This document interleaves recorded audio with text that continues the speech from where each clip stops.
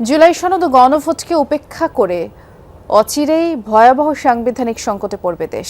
সামাজিক সুরক্ষা খাতে বরাদ্দ বৃদ্ধি ও দীর্ঘমেয়াদে অলস জাতি তৈরি করবে। সরকারের প্রথম ১২০ দিনের কর্মকাণ্ডের মূল্যায়নে এমন শঙ্কা জানিয়েছে নাগরিক প্ল্যাটফর্ম সুশাসনের জন্য নাগরিক সুজন। সম্পাদক বদিউল আলম মজুমদার বলেছেন, প্রধানমন্ত্রীর প্রতিশ্রুত পরিকল্পনা জনগণের সামনে প্রকাশের সময় এসেছে। কাউকে আউটব্রেক হিসেবে বর্ণনা করছে, বাট মেডিকেলের ভাষায় এটা ইপিডেমিক, মহামারী। কিন্তু সরকার ইপিডেমিক কেন বলছে না?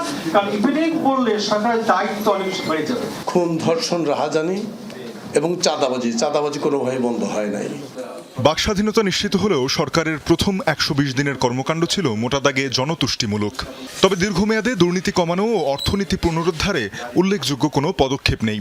সুশাসনের জন্য নাগরিক সুজন আয়োজিত সরকারের ৪ মাস প্রত্যাশা অর্জন করণীয় শীর্ষক আলোচনায় এমন মত দেন বক্তারা। মনে হয় যে সরকার একটা পিআর ফার্ম বা বিজ্ঞাপনী ফার্মের পরামর্শ অনুযায়ী কাজ করছেন, যে চোখে পড়ে যেগুলো ফটোশুট করা যায়, ১০,০০০ মানুষকে কার্ড দেওয়া, কিন্তু বাংলাদেশের মানুষের সংখ্যা ১৮ কোটি। ব্যাংকিং সেক্টরকে যদি এই টাইপের আবারও এই লুটেরাদের হাতে তুলে দেই, আমরা আসলে এই অর্থনীতি আর সামাল দিতে পারবো না। বর্ডার ইস্যুতে বাংলাদেশ বিজিবি যে রোলটা প্লে করছে, ইটস অ্যাপ্রিসিয়েবল।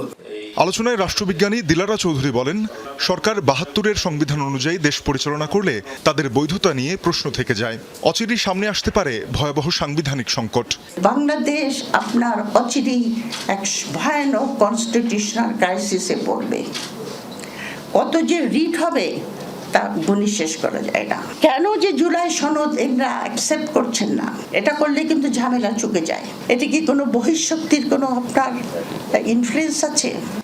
সামাজিক সুরক্ষা কর্মসূচি বৃদ্ধিও ভবিষ্যতে জাতিকে অলস করে তুলতে পারে মত তার। যারা প্রতিবন্ধী, যারা অন্ধ, সেটার জন্য আলাদা ব্যবস্থা থাকবে।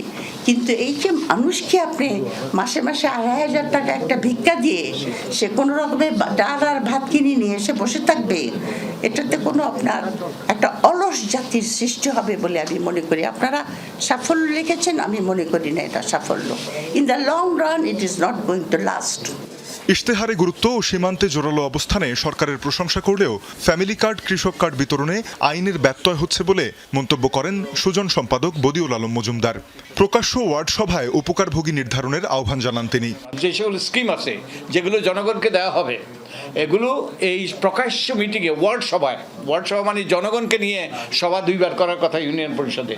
ওই ওয়ার্ড সভায় ওই উপকারভোগী বেনিফিশিয়ারি নির্ধারিত হওয়ার কথা। স্বচ্ছতা যদি এটাতে চর্চা করা হয়, তাহলে কিন্তু দুর্নীতি, ওই যে বিভিন্ন রকমের যে টোল কালেকশন, ওটা বন্ধ করা যেত।